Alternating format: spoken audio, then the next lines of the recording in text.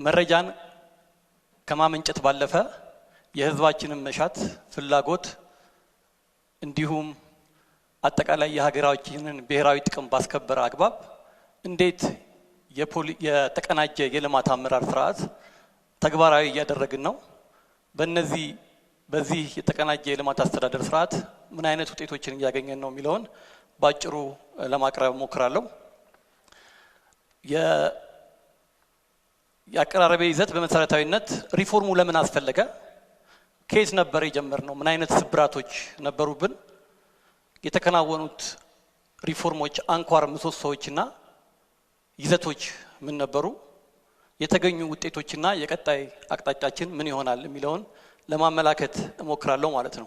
እንግዲህ የተቀናጀ የልማት አስተዳደር ሪፎርም ለምን ያስፈልገናል ካልን ቀደም ብዬ እንዳልኩት መረጃ ብቻውን በቂ አይደለም። መረጃ መተንተንና ውሳኔን መደገፍ አለበት። የልማት እቅድን ከማቀድ ባለፈ ጠንካራ የሆነ ክትትልና ግምገማ ከሌለ ተጠያቂነት አይረጋገጥም። ከዚህም ባለፈ ባልተቀናጀ አግባብ የሚከናወኑ የልማት ስራዎች ለጊዜው ውጤት ያስመዘገብንም ቢመስለንም ሄዶ ሀገራዊ አደጋ ያስከትላል። ስለሆነም የተቀናጀ የልማት አስተዳደር ሪፎርም ያስፈልጋል ማለት ነው። ከዚህ ባለፈ ህዝባችን የምንሰራውን ስራ ግልጽነት እንዲሁም ደግሞ ፍላጎቶቹንና መሻቶቹን ያካተተ እንዲሆኑለት ይፈልጋል።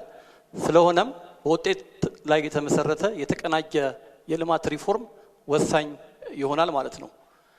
ከዛም ባለፈ ደግሞ የያዝነው ታላቅ ሀገራዊ ብልጽግና አጀንዳ የተቀናጀ የሪፎርም አጀንዳ የተቀናጀ የልማት አስተዳደርን ይፈልጋል ማለት ነው። ስለሆነም ዴታ ከማመንጨት ወደ መጠቀም፣ አክቲቪቲዎችን ተግባራቶችን ከማቀድ ውጤትን ወደ ማስመዝገብ፣ አውትፑትን ከማስመዝገብ ስኬቶችንና ፋይዳዎችን በዜጎቻችን ላይ የመጡ ውጤቶችን ወደ መለካት መሸጋገር ስላለብን ይሄ ሪፎርም አስፈላጊ ይሆናል ማለት ነው። ምን አይነት ስብራቶች ነበሩብን ካልን በሀገር ደረጃ የሚታቀዱ እቅዶች እስከ ታችኛው የበታች መስተዳድር አካላት ድረስ የሚወርዱበት ግልጽ የሆነ አሰራርና ማዕቀፍ አልነበረም። ከዛም ባለፈ ለእቅድ ክትትልና ግምገማ የሚሰጠው ትኩረት እጅግ ዝቅተኛ ነበር። በዚህም ሀብት አይመደብም፣ የሚመደቡ ባለሙያዎችም ክህሎትና ልምዱ የሌላቸው ናቸው። ልማት የሚከናወነው በተለያየ ደረጃ ነው። በተለይ የአካባቢ መስተዳድሮች ያላቸውን ፈንክሽን እንዲሁም ደግሞ ሚና በግልጽ ያለየን በመሆኑ በየደረጃው ተጠያቂነትን የሚያረጋግጥ አሰራርም አልነበረም። ከኦፊሴላዊ ስታቲስቲክስ ባለፈ በእቅድና ክትትል ግምገማ ሂደታችን የሚመጡልን መረጃዎች እንደዚሁ በአግባቡ የሚፈሱበት አልነበረም። ያ ደግሞ ሀሰተኛና የተጋነኑ ሪፖርቶች ለመንግስት እንዲቀርቡ ሲያደርግ ነበር። የፕላኒንግ ማዕቀፋችን እንዲሁ በውስጡ ኮንሲስታንት ተናባቢ የነበር አይደለም። እቅዶችን ፍላጎቶችን እናስቀምጣለን እንጂ እንዴት ነው ምን ተገብረው የሚለውን የሚያሳይ አልነበረም። እቅድና ፋይናንስም የተሳሰሩ አልነበሩም። የምንመድበው ፋይናንስ ቅድሚያ ለሰጠናቸው የልማት አጀንዳዎች መሆኑን የምናረጋግጥበትም አልነበረም። ከዛም ባለፈ የሚወጡ ፖሊሲዎቻችን ያልተናበቡ ነበሩ። አንዱ ፖሊሲ ያስቀመጠውን ሌላው ፖሊሲ የሚያጣፋበት ያለመናበብ ጉዳዮች ነበሩ። የሚመነጩ ስታቲስቲክሳዊ መረጃዎች በተለይ የኢኮኖሚ ስታቲስቲክስ መረጃዎች እንደዚሁ በኢኮኖሚያችን ውስጥ እየተከሰቱ ያሉ ትራንስፎርሜሽኖችን በአግባቡ ያሳዩ ነበር። ክትትልና ግምገማችን ከውጤት ይልቅ ግብአትና ሂደት ላይ የተመሰረተ ነበር። በከፍተኛ ደረጃም ትኩረት አይሰጠውም ነበር። ፕሮጀክት አተገባበራችን በዘፈቀደ የሚከናወን ነበር።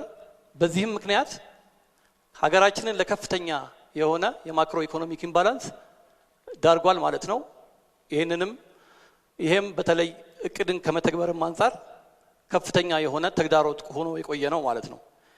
እነዚህን ተግዳራቶች በተቀናጀ የልማት አስተዳደር እንዴት ፈታ ነው ካልን በአራት ዋና የማሻሻያ ምሰሶዎች ላይ በመንተራስ የተገበረ ነው። በመጀመሪያ የፖሊሲ ሪፎርምን ያከናወን ነው። የእቅድ የክትትልና ግምገማ ስራ አስገዳጅ በሆነ አግባብ እንዲከናወን የመንግስት ፕሮጀክቶች ከልየታ ጀምሮ እስከ ትግበራ ድረስ የሚያልፉበትን አሰራር ተግባራዊ የሚያደርግ የህግ ማዕቀፍ ተግባራዊ ተደርጓል። ተቋማት ሲደራጁ በተፈቀደ ሳይሆን ካስቀመጥነው የልማት አጀንዳ ጋር ያንን ለመፈጸም በሚያስችሉ መልኩ ፊት ፎር ፐርፐዝ እንዲሆኑ አድርገናል። የሚወጡ የልማት ፖሊሲዎች የተናበቡ እንዲሆኑ የህግ ማዕቀፍ ወጥቷል። የኢኮኖሚ አካውንታችን በተለይ በክልል ደረጃ የሚወጣው የተናበበ እንዲሆን ለማድረግ የሚያስችሉ ስራዎች ተከናውነዋል። ከዛም ባለፈ ክቡር ጠቅላይ ሚኒስትራችንና ካቢኔያቸው የእቅድ ክትትልና ግምገማ ስርዓትን በየጊዜው ባህል ያደረጉበት የፖሊሲ ማዕቀፍ ተፈጥሯል ማለት ነው።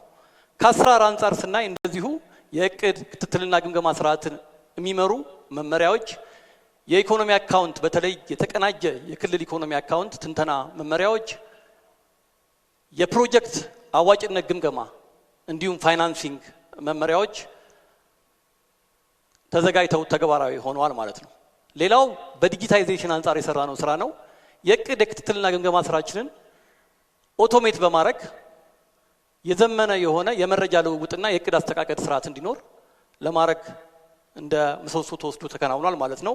ሌላው በኢኮኖሚ ትንተናችን ውስጥ ሶፍትዌሮችን የዲጂታል ኢንፍራስትራክቸሮችን መጠቀምም እንደዚሁ በትኩረት አከናውነናል። ሌላው ቀደም ብሎ ሲገለጽ እንደነበረው ከኦፊሴላዊ ስታቲስቲክስ ባለፈ በልማት እቅድ ኢንተግሬትድ በሆነ ዴቨሎፕመንት ፕላኒንግ ላይ ትልቅ የሆነ ሀገራዊ አቅም ተፈጥሯል። በተለይ በእቅድ ክትትልና ግምገማ፣ በኢኮኖሚክ ሞዴሊንግ፣ በኑሮ ደህንነት ትንተና፣ በፕሮጀክት አዋጭነት ግምገማ የፕላንና ልማት ሚኒስቴር የዘርፍ መስሪያ ቤቶች እንዲሁም በክልል ደረጃ ሰፊ አቅሞችን በመፍጠር ሪፎርሙ ተከናውኗል ማለት ነው። ሪፎርሙ ምን አይነት ውጤቶችን አስገኘ ካልን የአንድ እቅድ አንድ ሪፖርት አሰራር ተግባራዊ እንዲሆን ተደርጓል። ይሄ መንግስት እቅድን መሰረት አድርጎ እንዲያቅድ መሰረት ጥሏል። የሚመደብ ፋይናንስ ከእቅድ ጋር እንዲተሳሰር ማድረግ አስችሏል። ፖሊሲዎች በተናበበ አግባብ እንዲወጡ አድርገናል። የግብርናና ገጠር ልማት ፖሊሲ፣ የማኒፋክቸሪንግ ፖሊሲ፣ የጤና ፖሊሲ፣ የትምህርት ፖሊሲ፣ የኤአይ ፖሊሲ በዚህ ሂደት አልፈው ደረጃቸውን ጠብቀው ተናበው እንዲዘጋጁ ተደርጓል። ከዛ ባለፈ የእቅድ ክትትልና ግምገማ ስርዓታችን ቀደም ብዬ እንዳልኩት ተጠያቂነትና ኃላፊነትን በሚያረጋግጥ አግባብ ተከናውኗል። ውጤትን የሚለካ የአሰራር ስርዓት ፈጥረናል። ተቋማዊ ትውስታ ባህል እንዲሆን አድርገናል። የኢኮኖሚ ሞዴሊንግ አቅማችን በከፍተኛ ሁኔታ አድጓል።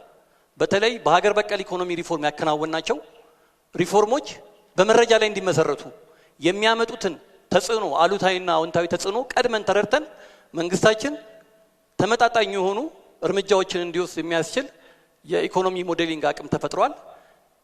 የኑሮ ደህንነትን ከገቢ ባለፈ በዘርፈ ብዙ አመልካቾች ለመለካት የሚያስችሉ ማዕቀፎችንም ፈጥረናል ማለት ነው።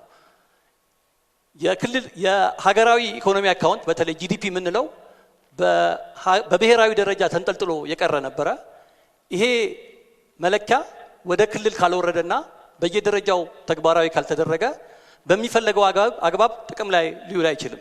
ከዛ አንጻርም የተቀናጀ ተናባቢ የሆነ ስታንዳርዳይዝድ እና ሃርሞናይዝድ የሆነ የክልል ኢኮኖሚ አካውንት በመፍጠር የቴክስት ስቲሜት የሙከራ ትንበያዎች እንዲወጡና ለጥቅም ላይ እንዲውሉ አድርገናል። ፕሮጀክቶች በተቀመጠው የህግ ማዕቀፍ መሰረት ተገምግመው ፋይናንሳቸው ተረጋግጦ ወደ ትግበራ የሚገቡበትን ማዕቀፍ ፈጥረናል።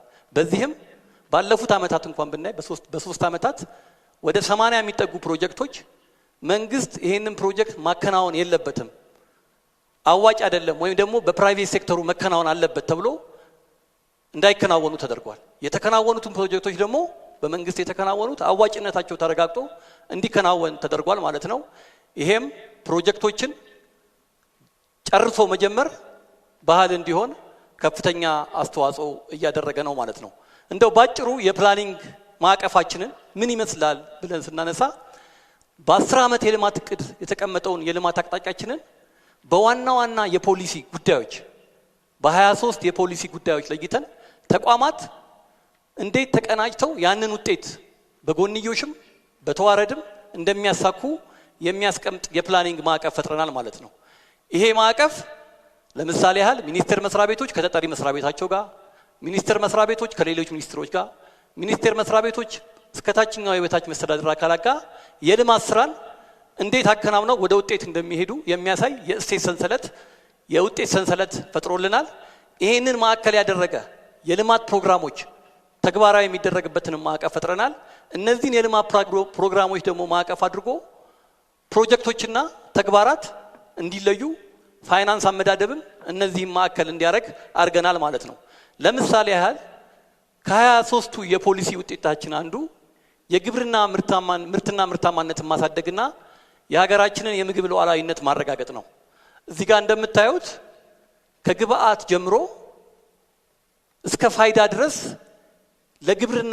በግብርናና በምግብ ሉዓላዊነት ያስቀመጥናቸው ውጤቶች እንዴት በየደረጃው ተሳስረው በጎንዮሽም በተዋረድም ወደ ውጤት ይወስዱናል የሚለውን ነው የሚያሳየው። ምርጥ ዘር ማዳበሪያን ተጠቅመን ምርትና ምርታማነትን እናሳድጋለን። ምርትና ምርታማነትን ስናሳድግ ደግሞ የግብርና ኤክስፖርት እናሳድጋለን። በምግብ እጥረት ምክንያት የሚመጡ የዋጋ ግሽበትን እንከላከላለን። ከዛም ባለፈ ደግሞ የዜጎቻችንን የኑሮ ደህንነት እንዲሁም ደግሞ የቀጣይ ትውልድን በተለይ ከምግብ እጥረት ጋር የሚገናኙ ከስርዓተ ምግብ ጋር የሚገናኙ ጉዳዮችን እንዴት የግብርናው ዘርፍ ውጤት ከሌሎቹ ዘርፎች ጋር ተሳስሮ ውጤት ያመጣልናል በሚለው አግባብ ያስቀመጠ የልማት ማዕቀፍ ነው ማለት ነው። ይሄ ማዕቀፍ ተቋማት እንዲቀናጁ መሰረት ጥሏል ማለት ነው። በ113 ተቋማት ተግባራዊ ተደርጓል። በከፍተኛ ሁኔታ ቅንጅትን እያሻሻለ ነው። የተቋማትን ትውስታ አድሚኒስትሬቲቭ ሜሞሪ እየጨመረ ነው። የመንግስት ውሳኔዎች በመረጃ ላይ እንዲመሰረቱ እያደረገ ነው። የኢኮኖሚ ሜጀርመንታችን በተለይ ጂዲፒ ከብሔራዊ አካውንት ባለፈ በክልል ደረጃ እንዲሄድ እያደረገ ነው። የመንግስት ውሳኔዎች በአጠቃላይ በመረጃ ላይ የተመሰረቱ እንዲሆኑ አድርጓል ማለት ነው። በዚህ ማዕቀፍ ውስጥ ምን ውጤት አገኘን ካልን ሁላችንም የምናውቀው ከፍተኛ ውጤት ያገኘንበት የ10 ዓመት የልማት እቅድ፣ ዲጂታይዝድ የሆነ የአንድ እቅድ አንድ ሪፖርት አሰራር፣ ፕላንና ፋይናንስን የሚያስተሳስር ስርዓት፣ አላይንድ የሆኑ ፖሊሲዎች እንዲሁም ደግሞ የቀደም ብዬ እንዳልኩት የፕሮጀክቶች ከፍተኛ የሆነ ጨርሶ መጀመር ልምድ እንዲዳብር አድርጓል። የቀጣይ አቅጣጫችን ምን ይሆናል ካልን በፕላኒንግ በክትትልና ግምገማ ስርዓት የጀመርነውን ስርዓት እስከ በታችኛው የበታች መስተዳድር አካላት ድረስ ማውረድ፣ እያንዳንዱ የአገልግሎት አሰጣጥ የሚሰጥ ተቋም ወይም ደግሞ መሰረተ ልማት የሚገነባት አካል በዚህ መርህ እንዲመራ ማድረግ፣ ዲጂታይዝ ማድረግ እንዲሁም ደግሞ የ10 ዓመት የልማት እቅዳችንን የመጨረሻ ምዕራፍ የመካከለኛ ዘመን የልማትና ኢንቨስትመንት እቅድ ከ2019-21 ድረስ በአንድ እቅድ አንድ ሪፖርት አሰራር መሰረት ማዘጋጀት ትኩረት የሚሰጠው ይሆናል። የብሔራዊ አካውንትን በተመለከተ ጂዲፒ ሪቤዚንግ በተደጋጋሚ ተጠቅሷል። የክልል ኢኮኖሚ አካውንት በተለይ ክልሎች ይህንን መረጃ እንዲያገኙ በማድረግ በመደበኛነት ማመንጨት ትኩረት የሚሰጠው ይሆናል። እንዲሁም ደግሞ አዳጊ የሆኑ የመንግስት ፖሊሲዎች የፈጠሯቸውን እድሎች በተለይ በግሪን ኢኮኖሚ እያከናወነ ያለውን ስኬት የሚያሳዩ ተጨማሪ አካውንቶች እንዲጨመሩ ይደረጋል ማለት ነው። በማክሮ ኢኮኖሚ ሞዴሊንግ እና በኑሮ ደህንነት ትንተና ደግሞ ከገቢ ባለፈ ዘርፈ ብዙ የሆኑ የኑሮ ደህንነት ትንተናዎች እንዲጠናከሩ ይደረጋል። እነዚህ ትንተናዎች ደግሞ ለዘርፎች ለሴክተሮች የፖሊሲ ትንተናና የፋይናንስ አመዳደብ በአግባቡ ጥቅም ላይ እንዲውሉ ለማድረግ ትኩረት ይሰጣል ማለት ነው። በአጠቃላይ የተቀናጀ የልማት አስተዳደር ጉዟችን ይሄን ይመስላል። ለቀጣይነት ላለው በየጊዜው እየተሻሻለ ለሚሄድ የተቀናጀ የልማት አስተዳደር ሁላችንም አስተዋጽኦ እና ድጋፍ እንድናደርግ በአክብሮት መጠየቅ እፈልጋለሁ። አመሰግናለሁ።